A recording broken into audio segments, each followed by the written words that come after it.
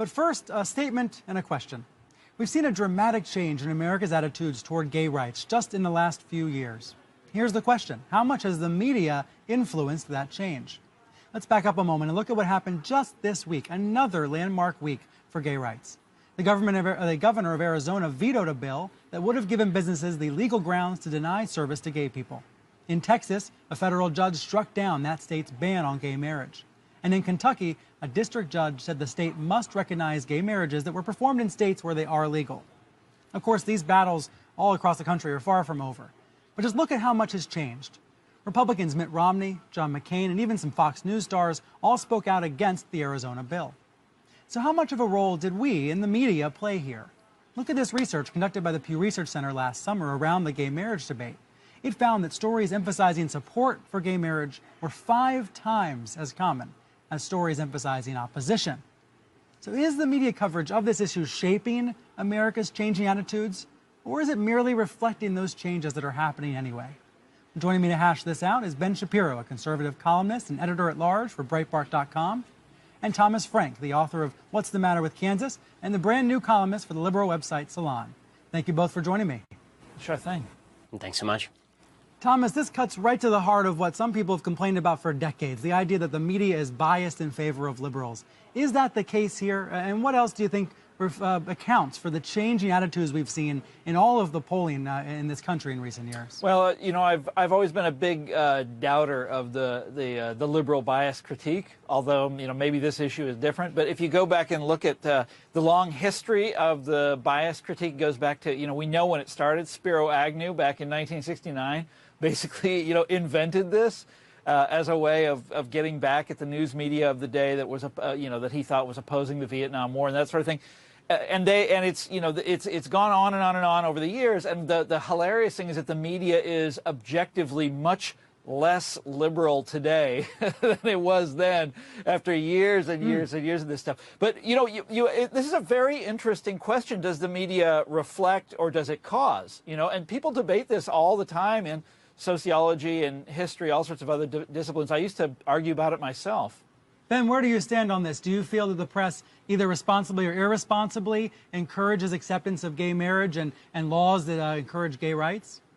As far as the actual bias of the media, whether it's reflective or whether it's generative, the fact is that it reflects L.A. and it reflects New York, and it generates feeling elsewhere. I mean, people tend to reflect the situations in which they live. The media is largely based in coastal large cities, liberal cities, and therefore their bias is reflective of those cities while changing the rest of the country. Is the press in this case an enemy of religious freedom then, because we saw so much criticism of this bill from reporters and from commentators and from corporate interests? Absolutely. The press is absolutely an opponent of religious freedom, because the press believes that essentially religious individuals should be forced to abide by whatever the press's standards of morality are, and the press is happy to see government enforce those standards of morality. You've seen people like Tony Kornheiser on ESPN suggest that this law would force people, gays in the state of Arizona, to wear yellow stars, or that gays and lesbians in the state of Arizona wouldn't be able to attend NFL football games. I mean, this kind of nonsense has nothing to do with the law as written, and it's specifically designated to create the perception that the American people are a bunch of pitchfork and torch-wielding religious bigots who are looking to crowbar gay people in the streets.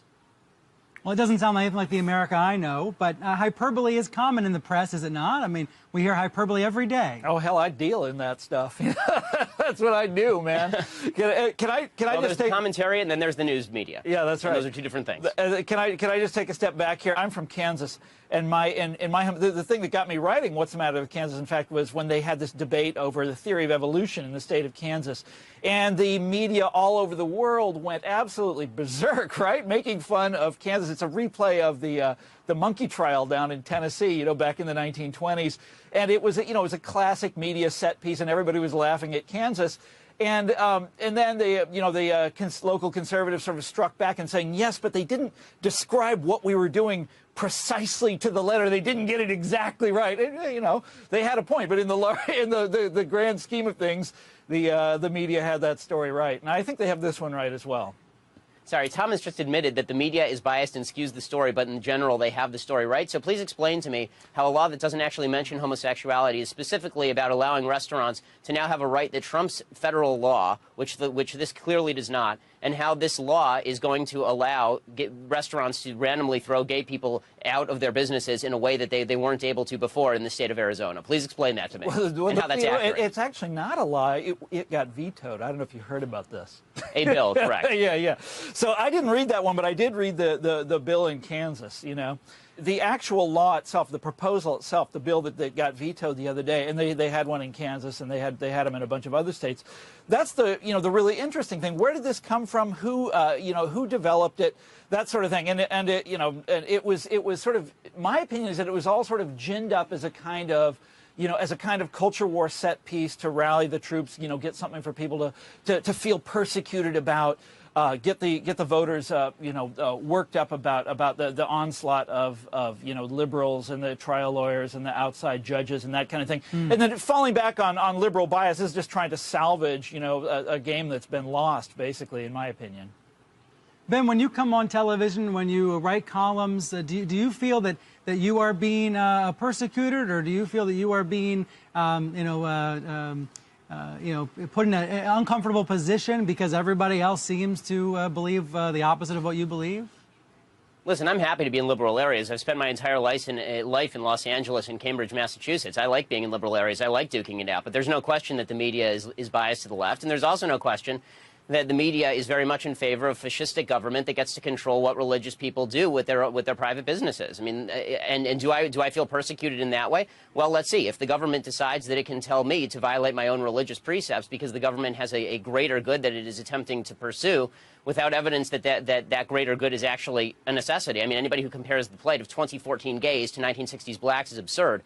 Then certainly I feel persecuted, but that's as a religious citizen, not as a commentator. Thank God we still have freedom of speech. And listen, I'm happy for you to be on the air, Brian. I'm happy for you to be on the air, Thomas. I just think there are more people like you than there are people like me.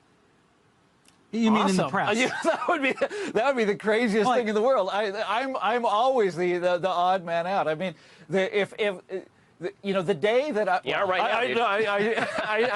shouldn't go down this road, but I have spent my entire life having extremely unpopular views, unpopular opinions, and I agree. Thank God for the freedom of the press. I mean, this is that's it's a wonderful thing. I'm actually not even, on the side that you probably think I'm on. But as far as, being on the defense, being from the right on a left network like CNN, sure, of course I'm on the defensive, and I go in with game planning for it. I mean, it's not the same thing as going on Fox News, which obviously leans to the right. I mean, there are, and that's okay. Tell me about how you plan but for it. I'm curious because we're on, the most meta show on CNN. How do you plan for it differently? Well, what I do is I assume that I'm going to get a certain set of questions from folks like you, Brian, that I generally do get. And with all the veiled implications therein. Don't you feel persecuted when you go on a leftist network? The implication, of course, being that I see myself as a victim. Don't you feel like when you come on a leftist network and you're being attacked that maybe it's because, you're just a little bit intolerant? These are usually the way these conversations go. So, I'm glad, Brian, that you haven't done all of those things. You've done some of them. But, of course, when I go in, I'd be foolish not to actually think about the questions I'm going to be asked before doing so. And of course, I got to say here, CNN does strive to be nonpartisan. I understand you feel it doesn't succeed at that all the time, but at least it tries. Ben Shapiro, Thomas Frank, thank you both for joining me for this one. Yeah, sure thing. Hey, thanks so much. Follow so much. Go ahead. Okay. I think we're pretty much on the same page. Like, if we could just get on, make sure we're on the same page. I think one of the most insidious things about the conflict is the idea of having ununiformed combatants. Do you agree with me on that? People that's that a problem. aren't. Yeah, that's a problem, right? And then also having people who are fighting a guerrilla warfare style of war. I think that we can all agree that that's pretty terrible, right? Guerrilla warfare, fighting an army without being uniformed, hiding. It's pretty insidious, right? So, I mean, we're condemning this in all cases, right? You should never fight ununiformed. Right? You shouldn't, I'm saying Hezbollah and Hamas, they shouldn't be doing this guerrilla warfare, targeting citizens, right? And so then I guess like if we're going to condemn this as like terrorism because they're fighting civilian populations, they're also combating people without wearing uniforms, they're hiding in like schools and different areas. Like, isn't that kind of what the founding fathers did when they were fighting the British? It's kind of like the same thing a little bit in the fact that there was this colonial power. There's one big difference. Founding fathers weren't Nazis. They didn't want to exterminate people. They weren't religious fanatics who wanted to exterminate people. The Puritans weren't religious fanatics? The Puritans weren't religious fanatics? Yeah, they were religious people who believed in tolerance because they were refugees from religious oppression. You're right. They were so free of religion that they started dictatorships everywhere and expelled people. Remember, like, the witch trials? Okay. Well, I don't want to... Save your communist speech for the Finkelstein event. It's enough. It's boring. You are boring. And by the way, she could have picked up this idiocy in the standard text for peace studies, which compares the founding fathers to Thank you for sitting for an hour and a half to deliver that rant. The peace studies textbook, which was written by an animal psychologist and a raving leftist named Barish, actually compares al-Qaeda terrorists to the revolutionaries in the 18th century in North America, i.e. the founders. But the same, it's just... Anyway. Okay. Trotsky once said that Stalinism was the perfect theory for gluing up the brain, but it's leftism